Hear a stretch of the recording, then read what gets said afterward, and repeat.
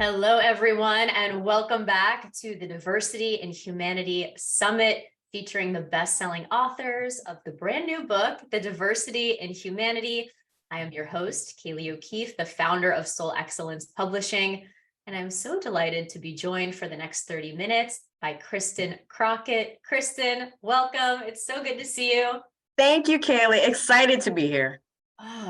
We have so much to talk about, but I was reflecting and rereading your bio and was like, hold up, I have to share this. So for those of you who have not read Kristen's chapter yet, Kristen is an intuitive leadership coach and facilitator, the founder of the Crockett Collective. She holds a BA from Loyola, a master's in film and video from American, and wait for it, a JD from George Washington University. Yes. That, Kristen, Reiki master and host of the Plastic Couch podcast. That's a lot of non-linear living, right?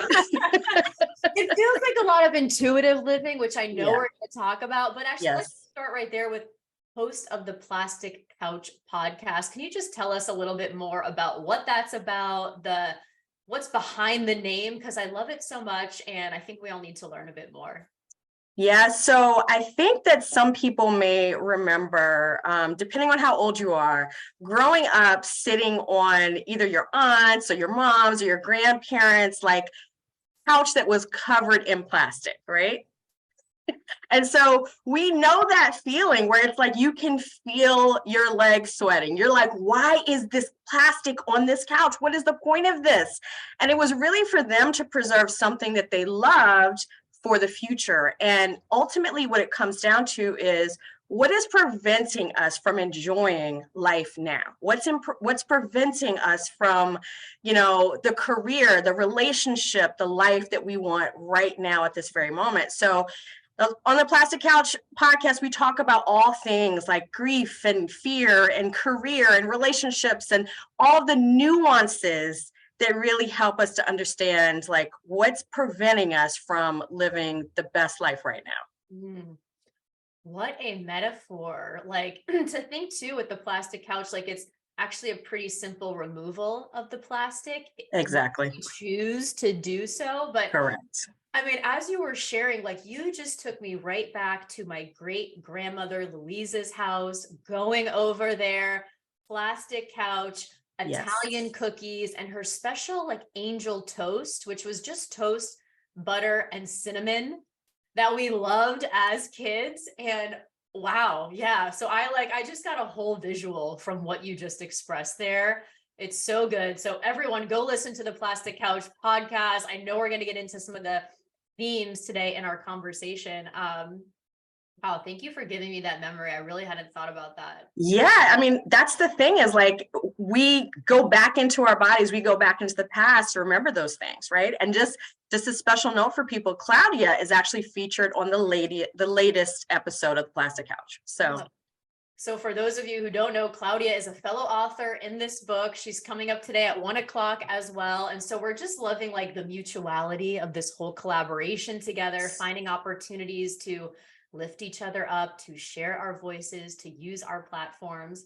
So I can't wait. I actually haven't listened to the full thing. I've seen snippets. So add that to my weekend to-dos. Yes. Let's talk about you. And you've maybe had this nonlinear path to do all of the things that you've done. But you title your chapter in the book, Human by Design. Yes. And so I want to ask you what you mean by that, and to bring us into, the significance of a title that's so alluring and potentially elusive by what you mean. Yeah, so I think for us, because I work with a lot of leaders, I work with a lot of people in nonprofits, in corporations, in organizations that really, sometimes it's feeling that they are different from other people, or, why can't I be like such and such, or this person is telling me that I have to lead like this. And ultimately, it's about, my work as a coach is really helping people to understand that how they were designed is absolutely how they were meant to be designed. It is, shaped by our experiences, by our relationships, by our upbringing, by our past jobs, by everything about our neighborhood, our culture. We're all shaped in a very unique way, which makes it that we are the only people, like we're so unique that we are the only people that were born on the exact same day, the exact same time, to the exact same parents at the exact same hospital or at home or wherever you were born.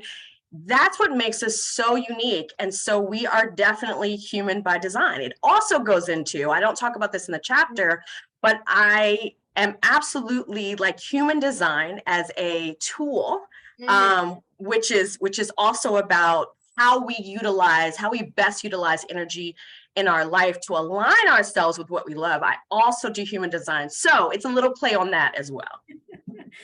I want to come back to that and share a bit more on human design. I love to know, I mean, as you're out working with executives, with leaders, and you're guiding them and you're coaching them, just what's some of the resistance that pops up immediately when you're conveying with what feels like a pretty obvious answer? I shared this to kick off today, like diversity is our default. Same thing. There's 8 billion of us, no one like us, never has been, never will. Like, and yet I find that we're really resistant to hear that. What have you heard from leaders? Yeah, so I think it's really just the conditioning that we all, like once we're born, that's immediately like where it starts, right? Oh, well, your baby is still supposed to cry like this, and at this time, and it's supposed to move and walk at this stage. And so it's you start with the comparison of the mom comparing her child to other children, right? Then we go into school and it's like, oh, well, are you coloring inside the lines? Are you coloring outside the lines? You're supposed to do it like this. It's all about what you are supposed to do. And so it's no like we understand why people then from childhood up until now have been conditioned to feel that they should all be the same. And so like even in our families, if we have siblings, it's like you should be like so and so, or there's that pressure or the comparison. And I think that in this country, we do a lot of comparing like people to each other. It's not as much of celebrating the unique qualities that we bring. Yeah. So I think with leaders, it's, at times they really just feel like, why am I like this? Why can I not do this? And ultimately the resistance comes down to tying it back to, as everything is tied back to, your childhood, and helping them understand that certain things come from their own experiences. And so then it's about really bringing those things to light. And I like to say in my work that I always go deep so that we can go higher. So it's very, I talk about emotional intelligence that's weaved into everything that we do. And then I also, as a Gallup certified strength coach, I help people understand exactly what they do better than anybody else. And we live in our strengths, because I got a story behind that, Kayleigh. For me in second grade, my mom came over during the pandemic and she was like, listen, here are all your report cards. And I was like, okay, I don't think I want these, but it's interesting to look. And I saw that the same thing that was being placed in performance evaluations in my professional career was actually said in second grade. And what that showed me is that, and it was all about organization, right? What it showed me is that there are certain things that do not change throughout our life. So second grade teacher celebrating me as a great writer. Oh, but organization, she could stand to organize her desk a little bit more. So the thing is that we always think that we have to improve, but the reality is that we need to start living in our strengths. We need to start spending that energy around the things that we do better than anybody else, and not focusing the majority of the time on feeling less than or feeling that we have to change who we are. What's so funny is I too received report cards during the pandemic from my mom, because they were moving out of their home. So I got all this stuff that's like, we're either chucking it or you can keep it. And like, okay, so I've kept it too. But you've actually just given me a huge aha right here in this conversation, mentioning Strengths Finder, my strengths. I took this a few years ago, where focus, intellect, input, achiever, and competition. Yes. And what's so interesting is I've really felt this shift needing to happen in my own life, where the last 3 years have been all about the deep inner work, the soul work, the going within. But there's still now this desire to like come back to like use all, I mean, it's the name of the company, Soul Excellence, to come back to the achiever, the like there's this energy that's like not really been harnessed as I've been on this other journey. And so you're just sort of reminding me of like, ooh, how do I now complement and bring this all together, like fully in the next evolution of what I'm doing? Absolutely, absolutely. So we kind of have to look at, the fact that we have these incredible strengths that are different, from other people. Although some of, we could have one or two, or, Yeah. even a few that are similar to other people. But, in all of the hundreds and thousands of leaders that I've worked with, nobody has ever had the exact same five, Yeah. right? Yeah. And so it's kind of, how do we align what we like? Because ultimately your strengths are your zone of genius, right? And your zone of genius, that is where, you can kind of like, something that you love to do, Yeah. you could forget and like work through lunch, right? Yeah. Like it's something that you absolutely love. And I think it's that thing that is effortless. It fills us up, it doesn't drain us.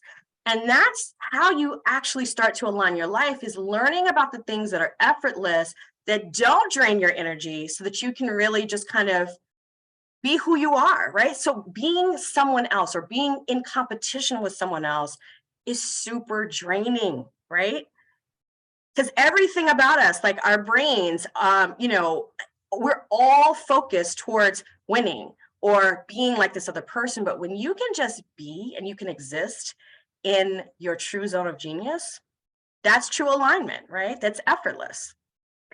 I mean, so you are not immune to being born into this culture, this world, this system, all of the programming that's happened at birth. So how did you, whether it's break free or become aware, but sort of what was the aha moment or experience when you're like, wait a second, I can start to choose things a little bit differently, and maybe I had to. What was that moment or series of moments for you?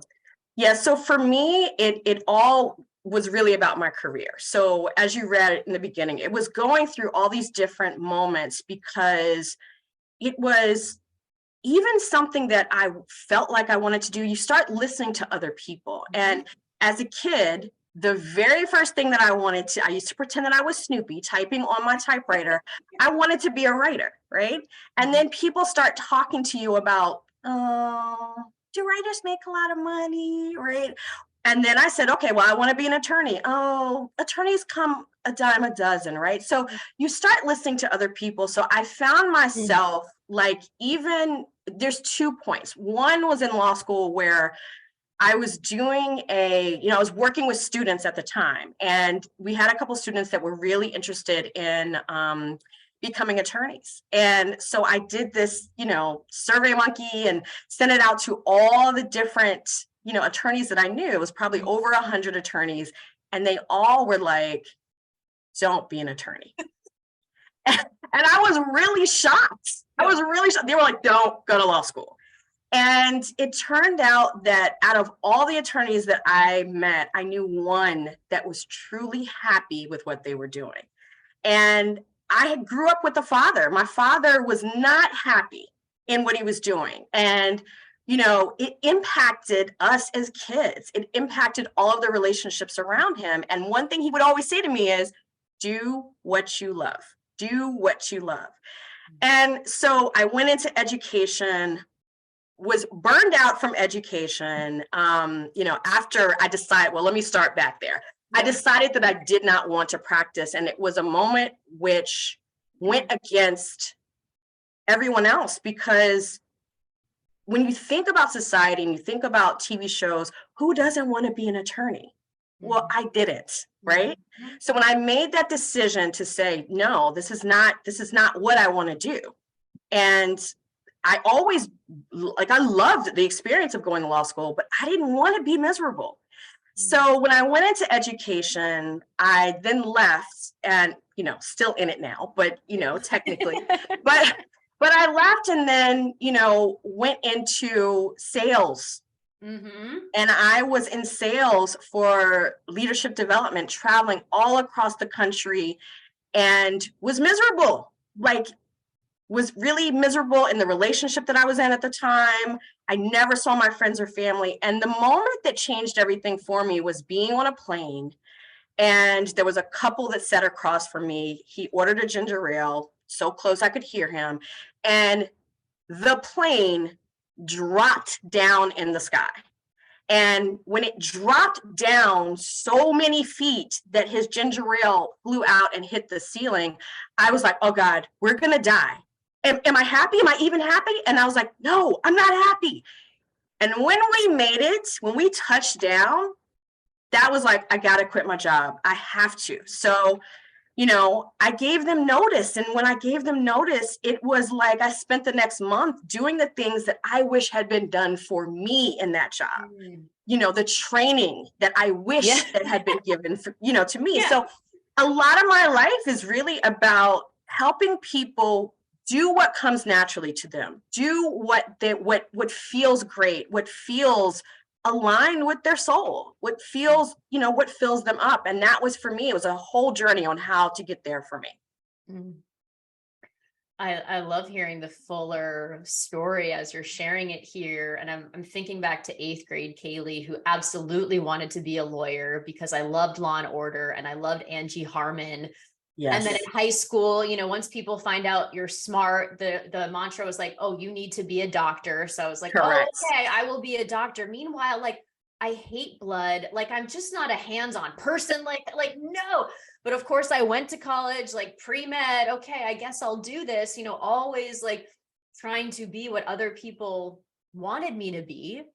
And so I can just relate to where the moments where I've shifted my career and everyone around me being like, don't do that, you know, that's not safe. And always coming back to like, okay, what's true? And like your experience in the plane, I like to think, you know, when I'm 90 years old, looking back, like, what are the experiences I want to have? Who do I want to have spent time with? What do I want to say that like I felt, that I've done?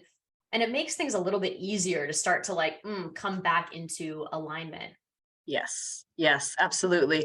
And I think that happiness is something that we, you know, especially if you grow up, you know, wherever you grow up, your parents don't tend to say, just be happy, you know, it's more like, but so is doing this next door, right? Yeah. Or this person down the street is doing this. You're always constantly compared, and it's never really pushing you to what it is that are the innate gifts inside of you, what you should be doing. So then, you know, sometimes parents are living out their children's dreams by, you know, projecting things onto them as well. So the most important thing I've found is like happiness is it's the least stress, you know, in your life. You talk about in the book inclusive leadership. Yes. And I'd love for you to share with us a few of the hallmarks that you've come to find are just true about inclusive leadership and how it's different from maybe other ways of thinking about leadership that we've come to just be super familiar with.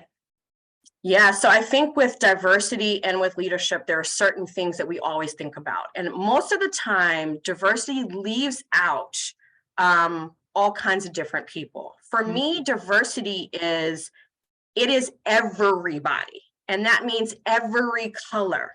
And white is a color, right, on the spectrum. And it includes everyone. And what diversity means to me is celebrating people for the way that they think.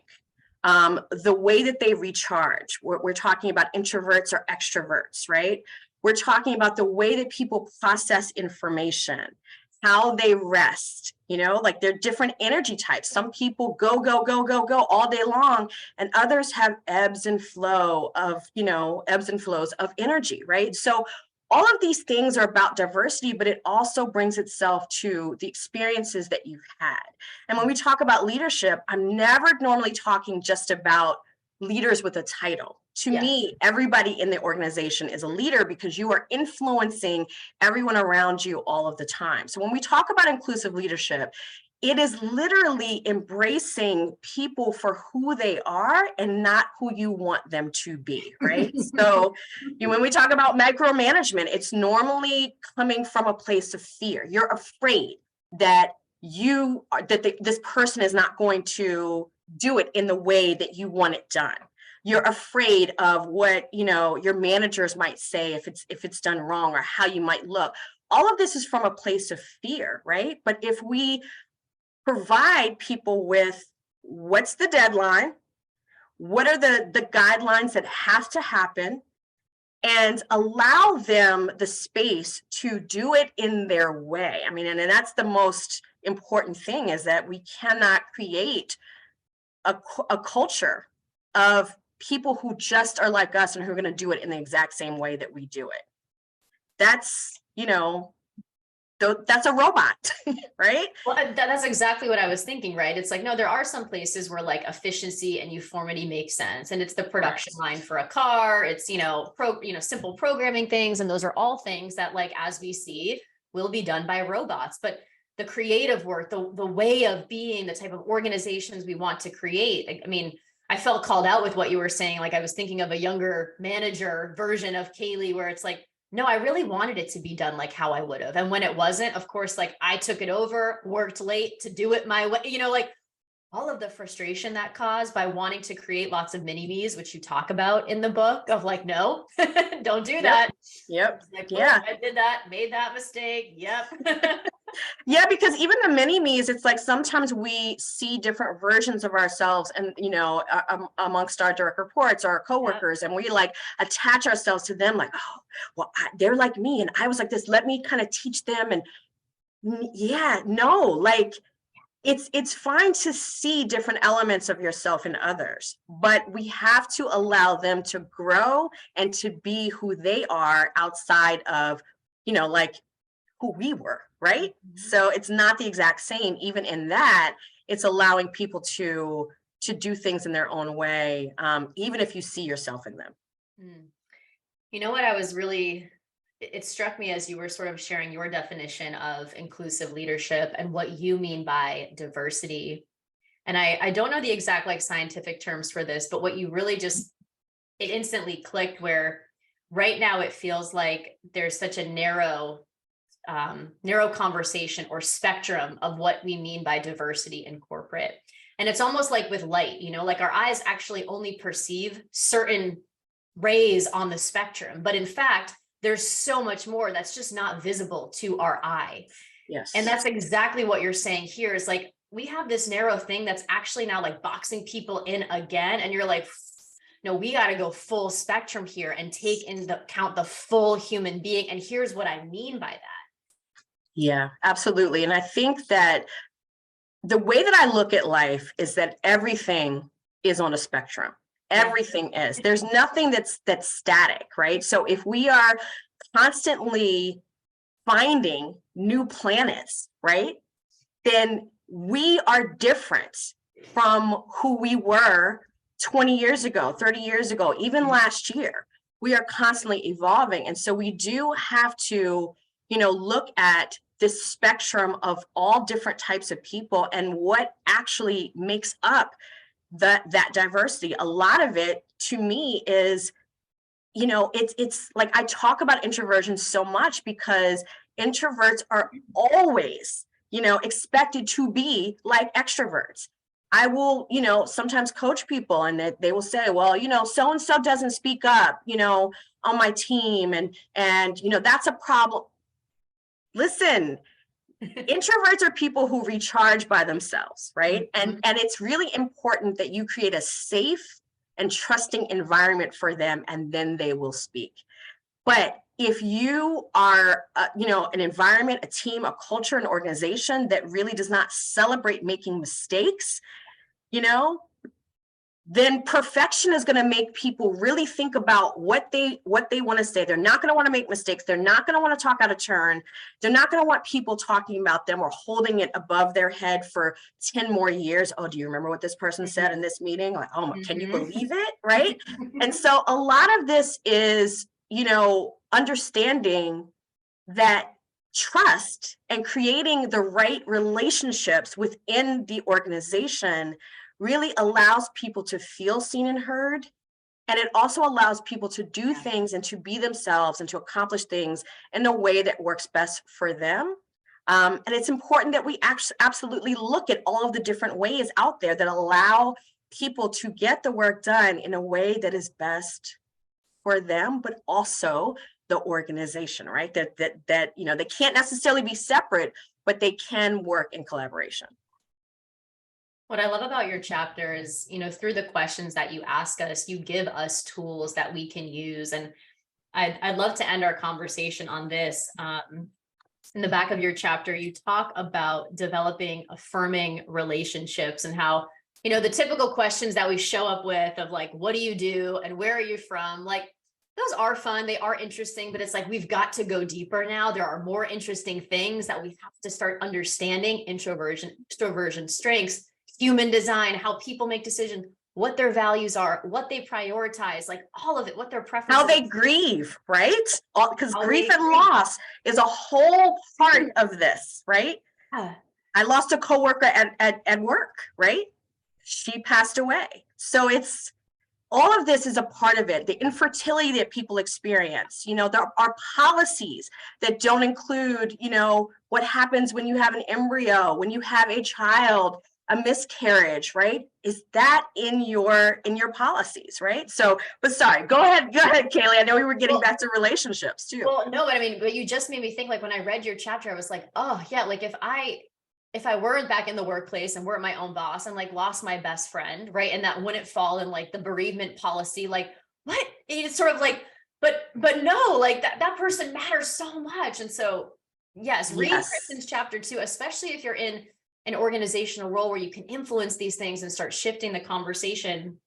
But I wanted to end asking you this question, because you write it here in your list, and it's the last one, which is, Kristen, what do you wish people knew about you that they don't already know? Yeah, so I wish that people knew that I am about celebrating the nuances in everyone. It's about bringing to light what other people may not know, right? It's about celebrating them. And ultimately, it's about like having people understand that the body and mind and spirit is all connected. When we are anxious, we feel it in our body. It's about understanding our intuition. How does it show up for us versus how it shows up for somebody else? So I am really about getting people to understand how their body works, how it works together to make them better leaders, better people, better parents, if that's who they are, and just better humans. Well, I think we feel that from you in your chapter 1000%. I mean, I feel it in this conversation where, even though I've read your chapter, we've gotten to know each other throughout this process. Like, you brought up some things that have me thinking in even a more nuanced way about who I am and what I stand for. And so just, you are embodying your message fully is how I feel. And I want to thank you so much for sharing your story in this book, for being such a positive force as we've gotten together as a group. Your energy has been so palpable. And I want to encourage everyone listening to buy the book, to read Kristen's chapter, to reach out to her. And Kristen, where can people find you, get to know you more, and work with you? Because you obviously are offering a gift that corporate needs right now. So where can people find you? Yeah, so a lot of the work that I do is on LinkedIn. So you can also find me on LinkedIn or at my website at kristencrockett.com. I'm on Instagram at the Kristen Crockett. And of course, on the Plastic Couch, to hear more about the corporate workshops and individual coaching and everything that I bring to this work for leadership and humanity. Amazing. Kristen, thank you so much. Our audience, thank you for being here. We can't wait to hear from you. Comment on the replay. Of course, reach out to Kristen, and don't forget to join us at the top of the hour. You'll get to know Quentin as we explore ageism and power dynamics. Kristen, thank you so much. This has been such a fun conversation and went by like that. Thank you, Kayleigh. It's amazing working with you. So thank you very much. You're so welcome. All right. Thank you, everyone. We'll see you soon.